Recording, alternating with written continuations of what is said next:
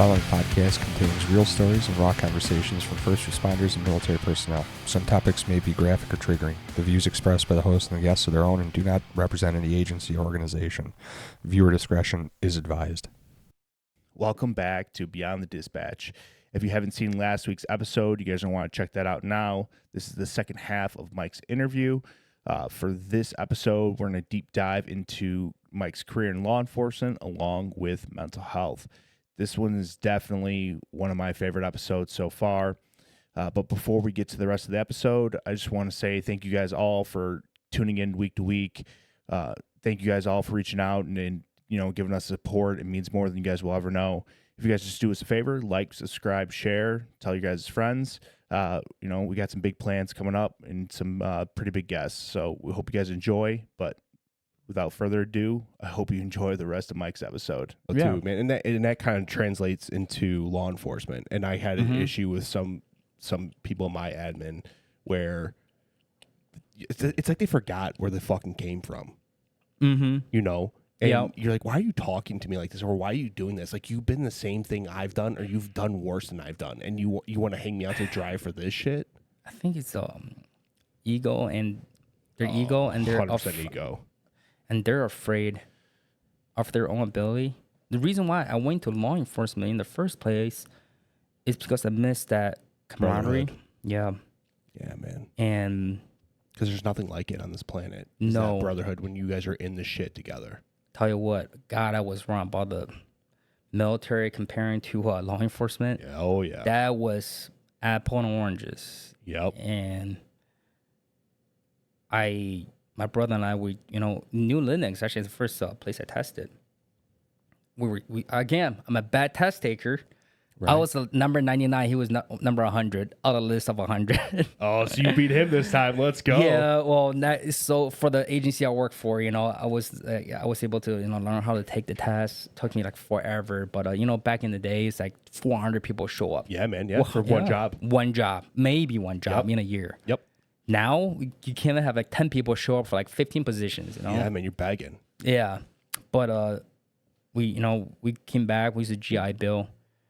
To go to school, of course, criminal justice, because I gotta say, because it was easy. That's why I did it, because I'm not good at school. Right. Well, I mean, it's just the box that's checked, right? Yeah. Because I was getting paid to go to school. Right. So my brother and I got an apartment, and we went to the reserve because we really missed it. I did not want to get out. I talked to a MARSOC recruiter. They're on Horno as well. I talked to a few career planners, but I just decided to get out because I need to. My girlfriend then, my wife now told me, you don't leave. She did away from my entire deployment, sending my brother and I both care packages, which more than anybody else have done. Right. And she came to see me when I came back, and my brother tagging along. Because when my brother came home, he came home, I think 2-3 days before I did. Mm-hmm. Nobody was there for him.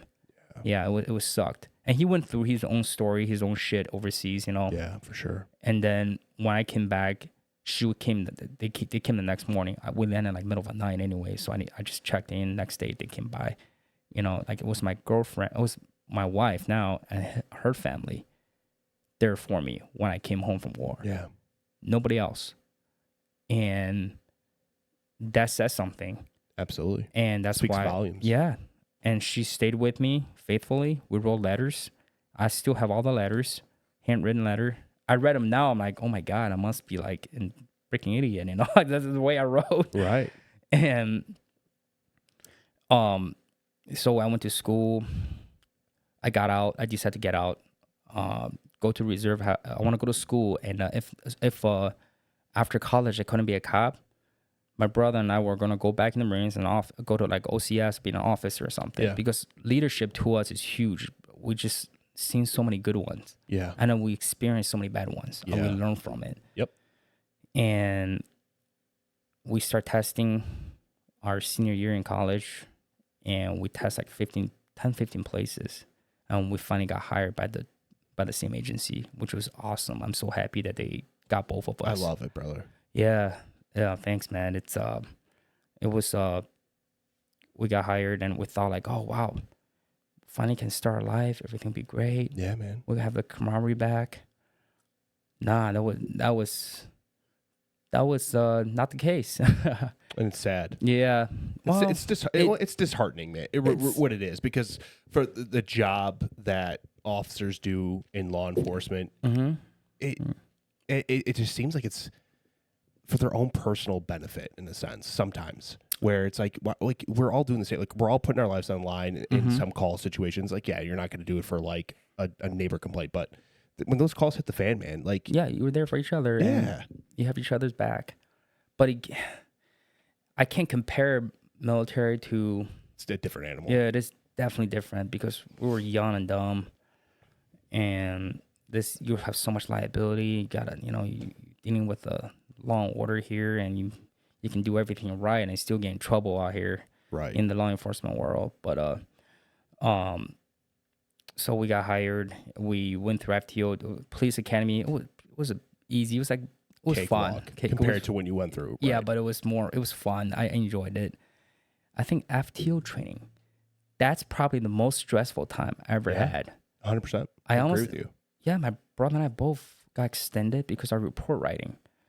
But at the same time, it was so stressful because your whole life depends on it. Like, I don't have any other source of income. Right. How am I going to support myself? How am I going to, what's my backup plan? Yeah. That's when my self-insecurity that came in, because growing up, I never had something I can say, I'm secure, somebody will take care of me if something that goes wrong. We didn't have that. So I have to rely on each other, rely on myself. And when a job that I rely on is shaky, that opened up the wounds that I had of being insecure about what's going to happen to me. Yeah. And it's like a snowball effect that creates anxiety and makes you make more mistakes, and you just can't think straight. You know how you end up in a wrong headspace? Yeah. Everything just don't go your way. It's detrimental. Exactly. So I'm here. It means I made it, but that doesn't belittle what you went through mentally. Yeah. I had a house. I was getting married. Oh my God. I had a kid on the way. Yes. So I was the same way, man. Like every day I'm like, I have to succeed. I have to do better. And because it could all end for you. No one's going to pay my mortgage. I'm sure my family would have helped me, but it's, again, you're on your own. It's scary. Plus you're gonna get married, you have a kid, and that's crazy, dude. The amount of pressure you went through, holy crap. I was just, like, I can't imagine. I didn't have the responsibility then, but my God, that's pressure, man. Yeah, but I mean, you went through the same thing in a sense, in your own different way. Like, there was no like safety net for you. Yes, and that's the scary part. Like, I had a safety net. My family, like, I got a big Italian family. Like, I would have been taken care of, but. Yeah, you had your brother, and that was it. Yeah, but he's in the same boat with me. Exactly. So you guys both have been fucked. I know. We were like so scared. So it was like 3 people in field training, and 1 didn't make it, and me and him did. I was like, oh, thank God. The first day I got off field training, I was just like, okay, I don't know anything, but I know I made it. I made it. I was just not make any mistakes, Still on probation, yeah. Yeah, still on probation. I make my mistakes, and you learn from it. But dude, I'm not gonna lie, I had some FTOs. It's questionable. Yeah, man. And my philosophy on FTOs, and I've said this before, but like you can learn something from them, like maybe 1 or 2 things. But there's some FTOs you're like, how the fuck did you get in this position? Well, he doesn't work there anymore. I can give you this example. All right. Well, please do. I had my issue is English is my second language. Right. I'm always gonna have an issue, like sometime with the past tense, verbiage, or just the grammar. Even though I work hard on it, it's just a way, I just gonna make mistakes. Yeah. So in report writing is one of the subject, and I have issue with. I will have this FTO doesn't work there anymore. But my other FTO are great. I learned so much from them. They're still amazing. But this particular guy, he would write my report for me from beginning to the end because he wants to get off work on time. So you're not learning. Yeah, well, the report got a kickback, and I get a 1 for the day. And I failed for the day. I'm like, I didn't even write this. I write this garbage. But he just take my computer and said, I'm going home today on time. So I'm going to write this for you. It'll be a simple theft or something simple. And it got a kickback. Like, all your report, they would be like, no, give me a 1, or, 3 is satisfied or whatever. But give me basically I failed the report writing for the day because he wrote it, got a kickback. I'm like, wow, this guy he would yell at me for like I don't even know what, for no reason. Which is bullshit. Like, do you think he was like kind of like talking down to you in a sense? In a way, they think you're new, you don't know what you're doing, but they don't care. Again, I want to give this advice to all military people who want to be in law enforcement. It doesn't matter what you did. Yeah. No one gives a fuck. Nope. No one cares, man. You can be a Medal of Honor recipient, but the minute you come to law enforcement, just to training at an agency, even in the civilian world, no one cares. And if you care so much about it, you should have stayed in. You cannot come out with the attitude that, hey, I'm a veteran, I've been through this, I'm badass, I'm better than you. You can't have that attitude. It doesn't work that way out here. Yeah. And by having that attitude, you're making all other veterans look bad. So I just want to say that, because I learned that a hard way as well. Again, I was young, feeling invincible, but it make you look weak by acting that way, that you think you know it. Not just think you know, like you think you've been through something, which you have. You definitely earned. Yeah. But in this job, in this new job, in this civilian world, nobody owes you anything. Yeah. Yeah. So made through FTO, and we began to do patrol. So my brother and I would be on a night shift together. It was fun. I think the Great funnest time I had is patrol. And drunk people, dealing with them. Yeah, me and him together, mess with people because we're twins, wear the uniform. You go in one door, I come out the other. They'll be like, oh my God, they'll be confused. And I'll be on the street meeting, talking to people like, hey, I just talked to you the other day. I'm like, nah, I talked to my brother. I said, no, you're not. And they were like, no, you're joking. I'll like, call him on the radio. Hey, come over here real quick. Then he'll pull up, and that guy's like, oh my God, no way. There's two of you. Yeah, are you messing with me? We had quite a few of those. It was fun. It's a good time, though. Yeah. It is a good time. Yeah. Then moving forward, that we become like, firearm instructor and defensive tactics instructor. I just want to do as much as I can. Yeah, man. What I did in the military is that I felt like I didn't push myself to the potential that I could have because of my self-insecurity and because I just didn't believe myself. I just think that's normal, brother. Because I do the same thing. Like you always want to Monday night quarterback yourself. Like, I agree. I could always do better. I could have done better. I could have done better. Yeah, but there were times that an opportunity came up. I was too afraid to raise my hand because I didn't want to fail. Okay. Yeah, that's why. So in the police, I just like, screw it. I throw all on the line. I want to, something come up, I'll say yes to it. I'm going to do it. Yeah. And so I did all that. I want to, every classes I can take and instructor classes I can take. And God, I love shooting. I love guns. So I did as much as I could. Then me and him got recruited to go to a federal agencies. So we were there for like a year and a half. He stayed there for the whole 5 years, but I was only there for a year and a half, the federal task force. Then I got pulled back to be an investigator. So I put in for it. Somehow I got it. So I was a detective, and 3 years, a few months, did a little bit of everything, like suburbs. You do like general crime, everything. You're not just homicide. You're not just this. You're not just, you're a jack of all trades, brother. I heard your podcast, how you like, you don't like search sit warrants. Yep. You don't like sit behind a desk. Me either, bro. Like, yep. You just sit there typing all day. Death by paper. Oh my God. Nobody knew how much paperwork's involved in law enforcement until you do it. Yep. And you cannot even compare to how much a detective had to type. It's a great job. Yes. It's very admirable. It's a great job. It's a needed job. You have to have it. You have to be good at it. Great. You have to be good at it. I mean, there's so many variables to it. There's report writing. There's investigation skills. It's lead homicide. It's, you have to do all that and perform. And then data dumping. If you do cell phone or extractions, it's just everything. So much. I mean, it take probably like 3-4 years just for you to be comfortable. Yeah, efficient. Not saying like to be expert at it, just to be efficient, to be comfortable at being an investigator. Like, holy crap. Yeah. I mean, I enjoyed it. I was definitely burning out towards the end. And, it takes its toll. Yeah. Yeah. Plus, I'm just not a fast person, So, then my brother had 2 kids, and he decided to time's up in the federal world. So he told me that because they need someone to speak Chinese, and me and him both do. So me and him switched. He came back.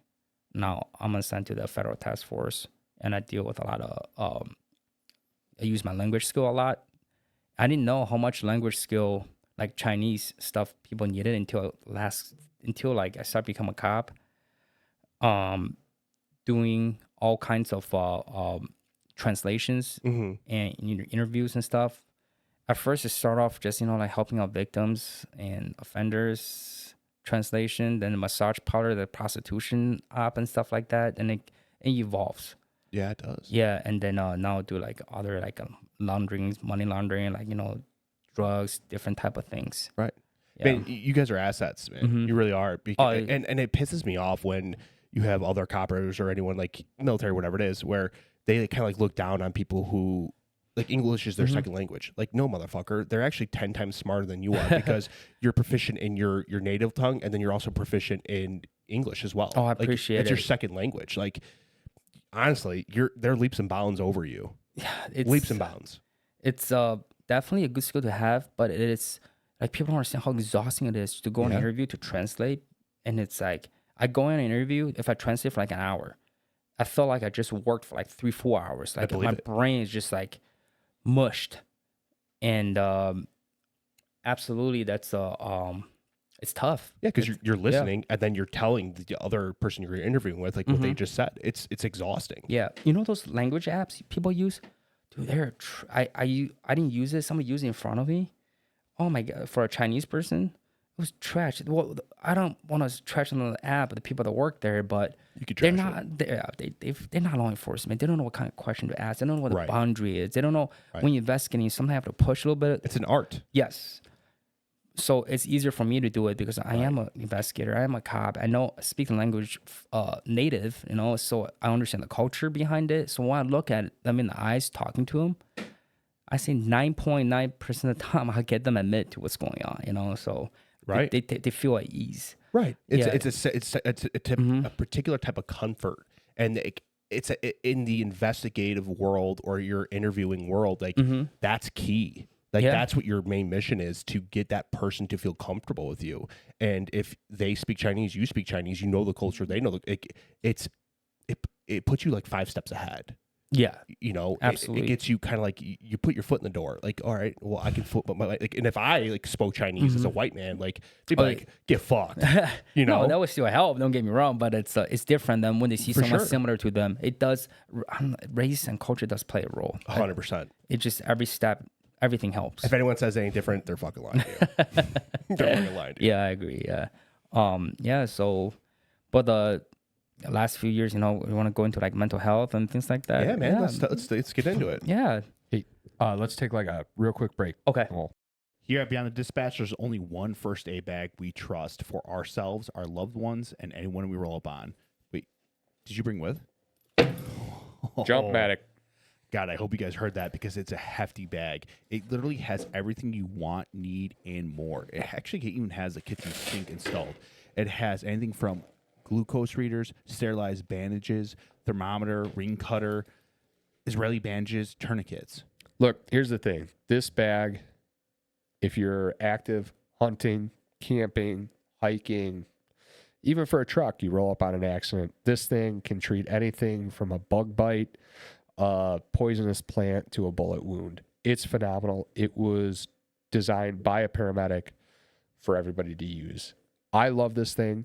I carry one in my truck. I'm going to add one in my camping bag. It's great. Like I said, it carries everything. You got tourniquets. It's one of the only ones on the market that brings full diagnostics to you. What? You sound like you're talking like you're a professional. Might have done it at a time or two. 2-3 times? 2 or 3. That thing looks durable. Like, I mean, what is it made out of? So it's 900D Oxford fabric. So it's thick, it's durable. This is one of their newest ones. It came out earlier this year. It's wonderful. Like I love this thing. So you're telling me this could withstand the bomb zone of my wife's car? 100%. 100%. If you want to protect your loved ones, you want to protect yourself, camping trips, anywhere from camping trips to, I mean, literally on the road, you see a car accident. It's going to withstand anything you put at it, throw at it, and it's going to provide the first aid that you need at the time of your greatest need. Yeah. You will not be disappointed. I thought we had a code. We do. So if you visit their website, jumpmedic.com, you're going to find that they have this bag along with many other options. You could even build your own. And if you use our code BTD10, you'll get 10% discount. Promise you won't be disappointed. Provide the care and attention that your loved ones need for yourself, along with people you don't know who are in the time of need. Completely. And don't forget, use the code BTD10. Save some money. Yeah. So I'm gonna go into some of the mental health my journey that really made a difference in my life, because when I was in my 20s, when I was on deployment, military, even earlier in my career, I never thought once about mental health. I thought like, hey, You're invincible. yeah, it's for the weak. Yeah. I'm not weak until physically you start to show signs of suffering. Physically, I would have I never had I had one panic attack. My first one, I remember I was on a range in before my deployment. It was before my deployment. I didn't even know what it was. I was just came down from the mountains, and then we're in the desert doing live fire range. I felt like I can't breathe, and I don't know what it was. And You feel like you're dying. yeah, I literally thought I was dying. But I was a full kid. I was walking, and then my adrenaline, because of running, and my heart rate went up. I was okay. I was like, I hope that don't happen again. Yeah. And then how many years later, after my 30s, I think, things start to turn on me. And even though I stay in shape, I stay healthy. And I start thinking about the things I've done in my younger days. I start rethinking about life choices, the things that I have been through, and the trauma that I went through. I began to develop I had a panic attack to the I thought I was literally gonna die. I couldn't breathe. Even though I'm breathing normal, I felt like I couldn't breathe. Yeah, man. And there were a few times that I pass out. I don't even know. I just felt it coming. I sit down and I wake up on the ground. I'm like, oh my God, what the fuck is wrong with me? I was so scared because that feeling was horrible. Like, you're dying, like you said. If that's what dying feels like, Yeah. that's what it feels like. Because that's what you focus on. Because I Yeah. had one. I had two. Mm-hmm. And it's just like your heart's racing, you're shaking, and then all of a sudden you feel like you're going in and out of consciousness. Yeah. That's how mine went. So, dude, I felt that, and it's probably one of the scariest. Even during my shooting, I didn't feel like that scared. Yeah. I don't even know. You don't even know where's it from. It just come out of nowhere. It just so weird. So I went to see a few, my chief brought in first responder. Dr. Steiner came in to do a talk. But before that, even, my wife told me to go seek help from the VA, seek help from other places. At first, I pushed it off for years. I'm like, I don't need that crap, Right. As we all do. Yeah, and the culture changed, and because when it happens to you, you're like, oh my God. I spoke to a few therapists, but none of them helped me. You gotta find the right one. I didn't know that. I thought they're all the same. I was running circles around some of them. They just don't know. Nobody knows you better than the way you know yourself. 100%. When you know how you find the right one, when they know you better than you know yourself. Yep. And that's what I find at my current one. Her name is Lou. And shout out to Lou. And she helped me and my brother and a few other people that I know to really discover our scars. She found the root of why everything happened, the way it happens, the way I think, the way I see the world. And she helped me to understand how I changed that perspective and how to work on myself and how to be. It's like a lifelong journey. It's like I'm into a lot of philosophy nowadays. It's just because everything's so true. It was, everything began in childhood. Literally, that's what shapes you fundamentally to be the person you are, the choices that you make. Why join the military? Why do I always want to do the best I can? To be almost a people pleaser. Yeah. because I was abandoned when I was a young age. I was so afraid to be alone. My brother is the same way. We try to do the best we can at every job that we had, so we can not feel the abandonment anymore. We're afraid to be abandoned again. Yeah. We're afraid to lose everything that we have. That's the insecurity, that security regarding, am I going to be like homeless? No one loves me? Am I going to be alone? Even it's that fear as a child, it's like crazy. It's like the fear as a child that, oh my God, what's going to happen to me? You never, that child still lives on in you. And that child still lives in me. So everything that triggers me, it's a reflection of the way I see the world, Right. That triggers me, makes me upset, made me feel this way because it's touching the wound inside me and it's hurting that child that was abandoned when I was a child. Yeah. And she helped me to see that and understand that. And one thing she told me that really helped me is that you need to love yourself. 100%. Exactly, dude. It's like when no one else in the world loves you, you don't need them. You just have to love yourself. Yeah. And once you give yourself enough love, then you can go take care of other people. Right. So how can you expect to give somebody love, like your wife or your kid, Yes. right? And you can't even love yourself in the first place. So therefore you can't even give them the proper amount of love and attention that they require and that they need to be nurtured. Yeah. You have to fix yourself first before you can actually give to others. Absolutely. That's why it's like she told me that I was burning the candles on both ends. You gotta be selfish a little bit, take care of yourself in order to take care of other people. And there's nothing wrong with that. No. And someone actually told me, her name is Raquel. She said at a certain point in time in your life, like you have people that you hate, right? Yeah. Like you can't stand them. Mm-hmm. But the problem is actually yourself. Oh, absolutely. So you're actually looking at the person, but technically you're looking into a mirror. Yep. It's your reflection that you see something you hate about yourself on other people, and that's why you can't stand them. Yep. And if you recognize it, it's only first step, but how to deal with that, how do you learn from that? Again, it's like, it's still life. I'm still learning, and I'm still journeying to get better.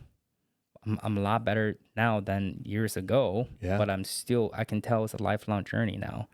I do see things take a step back.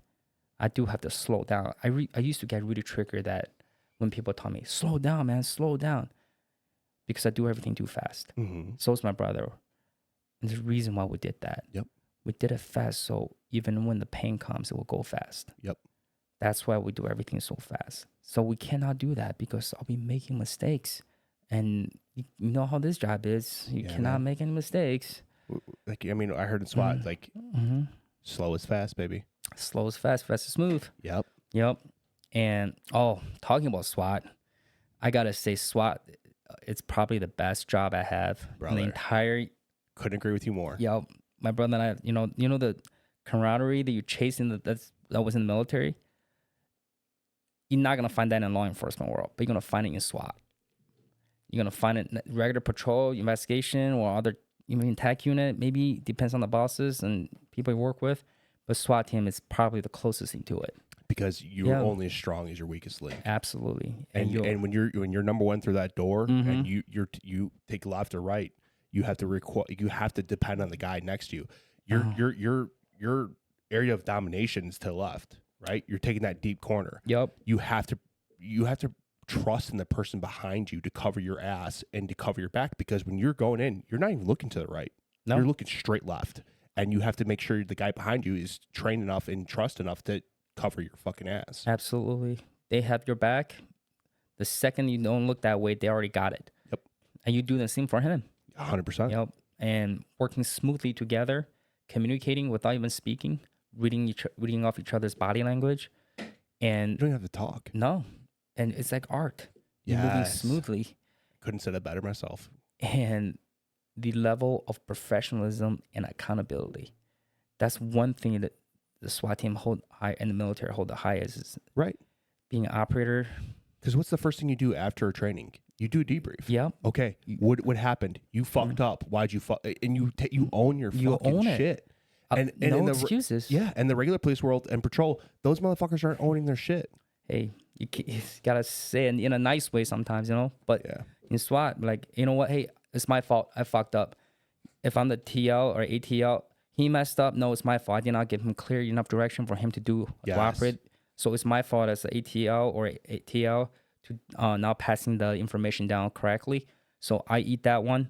And the way that everybody fight to take the responsibility, so everybody carry the weight is just less. Everybody carry their own weight. You need that mentality. That mentality, unfortunately, is not easy to pass it on. No, but that is a great mentality. I love to working with if I have a SWAT operator, it's just anybody who's even on the team, work any job, patrol, investigation, if I have that mentality with everybody. That's what I was looking for. That's a mentality you need in law enforcement. Every cop should be taught that mentality in their academies, trainings. Realistically, I think that can be accomplished, but logistically and the way that a operational works, I don't think so. Right. And I don't know how society take it as, hey, do you want every cop to be a SWAT certified? I think every cop should be held to a higher standard. Yes. Physically, mentally. So that's safer as well. So you don't get people are better trained, better equipped, better. They're not going to get injured to make better choices, and they have the mentality to take accountability, to think tactically under stressful times, and still make the right decision, and you won't get hurt. Yeah. A lot of time people make mistakes or get hurt is because they just didn't know what they're doing. They freaked out and jumped in. I see that all the time. Because they're not trained. They're just not trained that stressful situation, right? Where it's like when chaos happens, in SWAT you train for it, and in the Marines you train for it. Yeah. Like regular street cops are not trained for those types of situations. Maybe they are, maybe they're not. But I mean, there's a difference. Absolutely. And doing this job for 10, 15, 20, 30 years, you have to be able to still keep that standard. Yes, 100%. And mental, I think 80, 90% of us mentally. If mentally you can be happy, be at peace, physically your body will follow. Yes. You're going to want to be healthier. You're going to want to be more physically fit. But you have to fix what's wrong with your mind first. Nothing wrong with it. Just you have to get rid of the trash that's in there. Dude, 100%. If you're anyone out there, if you're struggling mentally, physically, all that's, depression, anxiety, you have to fix this. Absolutely. For all of this to fall into place. And then everything around you, your life, your family, everything your friends. Will get better. Everything will follow along. How a negative person who's been down there for 20 years, you just sit next to them, you can feel the energy of them. Like, oh my God. Dude. I realized that in patrol when I was first on, like your zone partner, right? They would pull up next to you, and all they would do is bitch. I didn't get this because of this. I didn't get this because of that. Because of this. Blah blah blah blah. I'm better than this person. Blah blah. Blah. No, motherfucker, fix yourself. You're broken, and that toxic mentality, it just leeches onto you. And I saw that myself early on in my career. Of like, I started complaining nonstop. It rubs off on you. It's toxic. Yes. It's toxic. And this sucks. It only takes one. Yep. To just spread that across the entire group. It goes to your shift. Yes. Then it goes to the fucking next shift. Then the department. And then the supervisors, I can see the supervisors get it. And they're like, oh my God, what the hell is this? Trust me, I've seen it. I feel it. That's why I want to be the kind of person that to fight back with the positivity, to spread that rather than negativity. But it's hard, because negativity is like toxic. It's very toxic and it spreads real fast. And you cannot say, hey, you messed up, let's get you some help. It doesn't work. They have to see themselves that way first, admit it first, then seek help. So it's like, we talked about that early on, man. Like you and I, like you could lead a horse to water, but you can't make him drink. Exactly. They have to be able to do something about it. Another thing that they keep blaming like, hey, the village or the PD, Well, you put yourself in their shoes, try to see from their lenses at the same Right. time. Don't get me wrong, some of the stuff they're right about, but at the same time, I think the biggest problem is communication between higher ups, the civilians, and the PD. Brother, communication in all aspects of your life is massive. It's huge. I think all friction can be resolved with the proper communication because we say something, they take it as something else. By the time it get to somewhere else for the people to make decision on, they're like, what the heck is this? They're going to say no to it, or they just don't understand why we're saying this. So the right communication skill with the right people, definitely if you can communicate with somebody efficiently, you can solve probably 99% of the problem. That's what I your look at. fucking marriage. No, I'm just. That's an example. Your marriage, your friendship, right? Or your marriage or your relationship with anybody. If you can communicate what is going on in your head to that person in a particular way, you can solve, just like you said, 99% of your problems. My wife and I, we been through like a couple of sessions together. There's examples that like when I say something, and what she hears is different than what I meant. Right. Because the tone. Yes. And they point that out. So we have to learn how to control that and say it in the right way that we understand each other. Yes. And they don't teach that. No. And I learned that in therapy myself. Yeah. Of like, I brought something up. Dr. Steiner's my therapist. And I explained something to her. And she goes, oh, you're feeling that way because of this. Like, she's like, you're in fight or flight. That's what you're in. So you're snapping or you're short because you're in fight or flight. Your mind it's live or die, not what do you want to eat for dinner. So when you reply, you're replying because in your mind, you're getting fucking killed or about to be killed. And that's not important to you. And when they say that to you and you're like, oh, fuck, that's why I'm acting the way I'm acting. And then when it comes up again, you recognize it.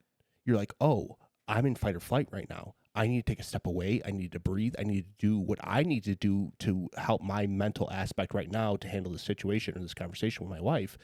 And you were able to respond differently. And that's what made me mentally, like I can handle these situations a lot better because I went to fucking therapy. And I realized what's happening and why I'm acting the way I'm acting. Because before, you didn't know why you're acting the way you're acting. And you can't explain it. You can't articulate it. Exactly. And they make you see it the way that you can understand. And absolutely, that place saved me. Yeah. That place, because I was running on options. I didn't know what to do. I was suffering in multiple ways. I was frustrated that I don't know what's wrong with me. I don't know if I can continue going on with the way I was deteriorating, And I have no idea how I even started. Yeah. So what Lou did for me and my brother too was that I owe everything to her, and I'm still learning from her. And every session, I learned something new.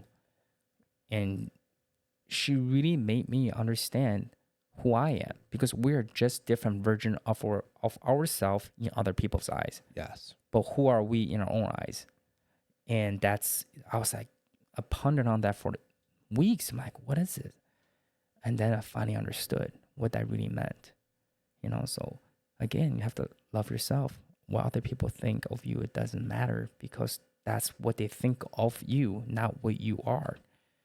And I highly suggest, like, all law enforcement officers, just go talk to them. Yeah. And just do, because I went through 4 or 5 different therapists to find the right one. And I was getting desperate. I tried a few other things. It didn't work out. Law enforcement is something different, because most of us we're not saying like, we're pretty smart. We talk to people all the time.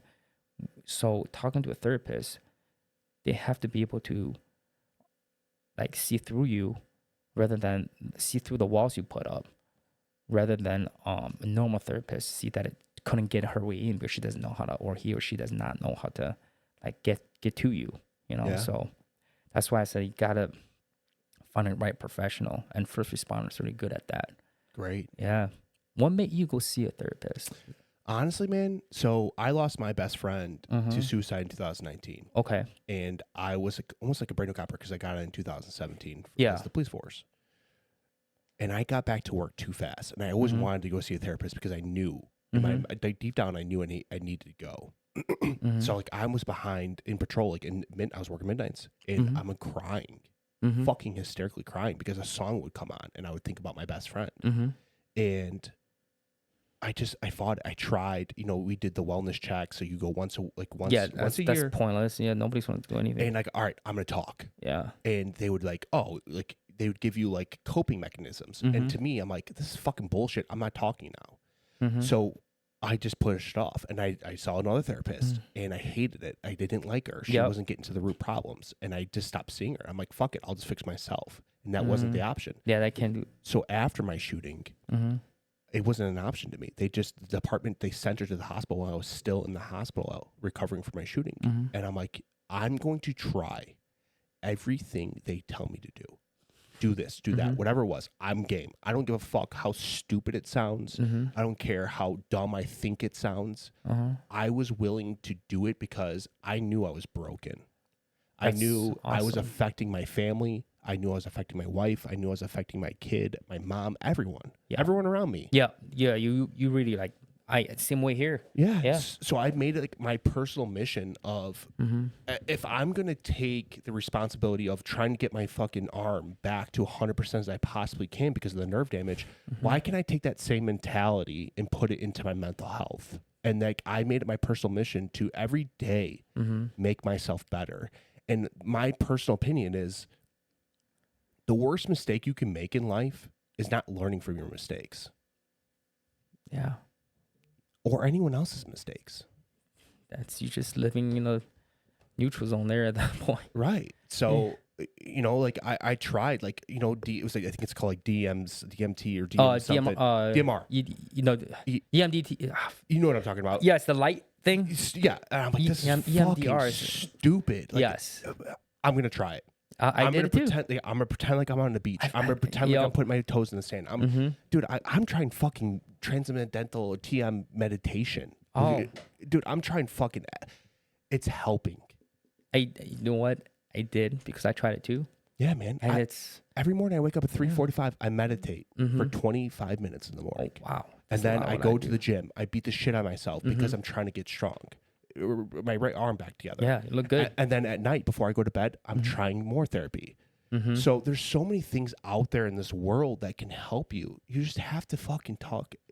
You don't want to talk about it because everyone's like, "Oh, what are you, a fucking nerd?" Like, "Oh my god, you're trying this." Absolutely. But you know what? I am trying it. I don't give a shit because I'm trying to better myself. That's all it is. I couldn't tell you where I would be right now if I wasn't there. If the first responder wasn't there for me. Yeah, man. It's I just say there were dark days. Dark days, but I saw the light. And another thing I learned is that a day is just a day. It's time. Yeah. It can be amazing or it can be freaking miserable. It's how we put it to it. But time will always go by. You can never get that back. So don't have to suffer, man. You don't have to suffer. No, you don't. I lost more friends, more Marines back at home than overseas. It's a fucking shame. It's absolutely It doesn't have to be that way. No. You know what I did when I got out? One class for 4 hours, and here you go. Next you know, 2 weeks later, I'm in college, sitting next to a bunch of 18, 19-year-olds. I'm 21 years old, trying to learn how to write English and math and some social study bullshit. And I was in combat just 7 months ago.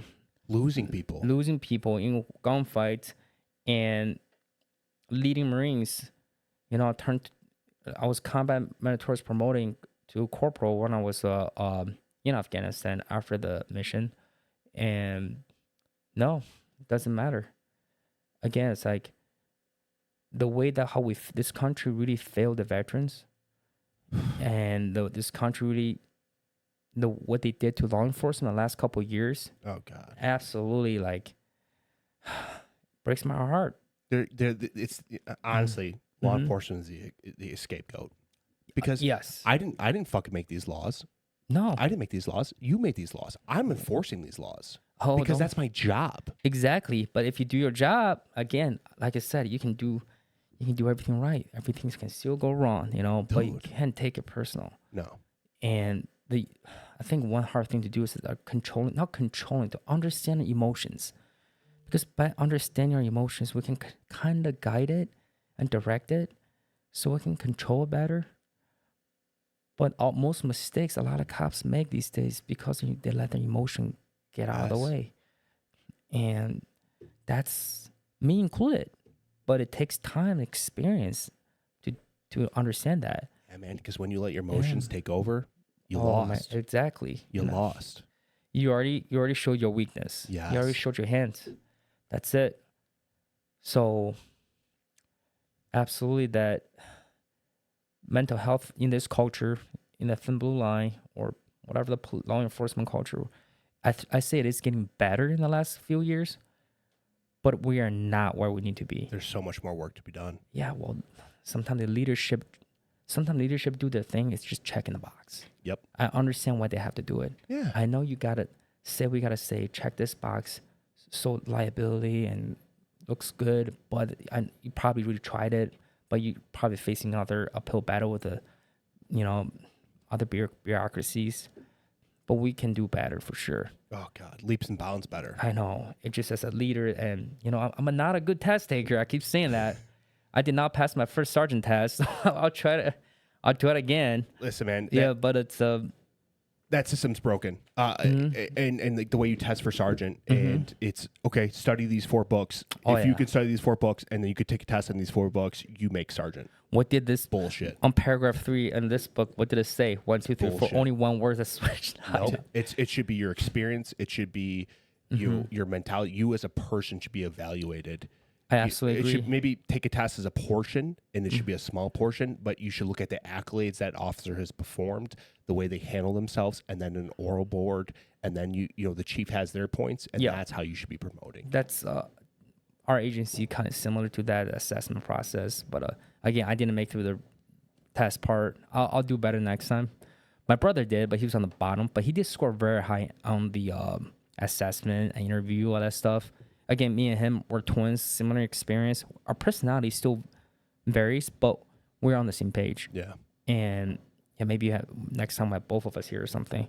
I'd love it. Yeah, me and him, he fills up the space that I'm missing, and I do the same for him because me and him talk over different case law all the time, different scenarios, and we moved next door to each other. Fucking love it. So I we fucking can't. love it, dude. We built 2 houses next door to each other, so we have so we can, because it takes a village to raise children. Brother, yes. And I learned that I didn't have the family that I need. Oh, my grandparents, my uncle, but I want to give my children his children, because his kids are technically my kids too, identical twins. So my daughter will be their sister actually. Yeah, in a sense, Yeah. for sure. So it takes a village to raise all the kids. I want to give them a life that me and him dreamed of, didn't have. But also not to spoil them. You still got to teach them, Teach them the right way, brother. Yeah. Listen, man, I'm so happy you came on the show. Oh, I'm so happy you're here. Mm-hmm.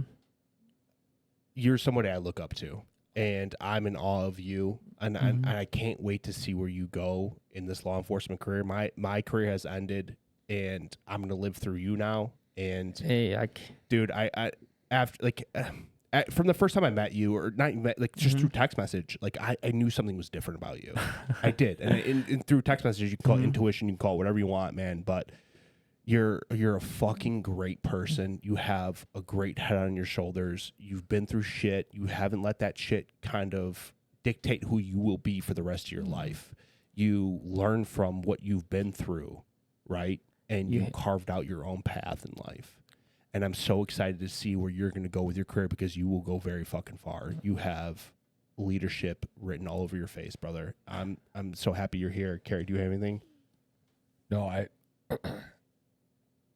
your insight into a lot of stuff, like your openness, it's been amazing sitting here listening to everything. Like I'm in honestly, awe. So thankful for you coming on the show and taking this time out of your day. Like, Brother. we really appreciate it. Thank you for serving our country,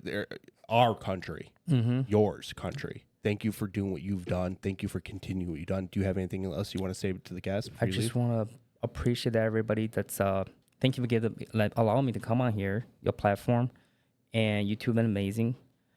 You've been through a lot as well, and I can see that I'm so glad you are where you're at right now, because this is where you're supposed to be, and you are doing great things here. And I'm happy that today that we're able to talk. I'm happy I'm able to open up myself to allow people to hear and hopefully inspire other people as well. And I just want to say that, hey, life is not that bad. Look up, it's just be happy. You don't have to suffer through anything because you're not in it alone, so. Every day you wake up is a blessing, brother. Exactly. This is the beginning of a beautiful friendship. This isn't the last time we're going to talk. This is not the last time Mike's going to be on the show. I promise you he will be back. Thank you so much. I appreciate it. Tune in, like, subscribe, share, guys. We can't do without you guys. We're trying to make a difference in this community. And Mike is definitely the fucking epitome of it. You guys take it easy.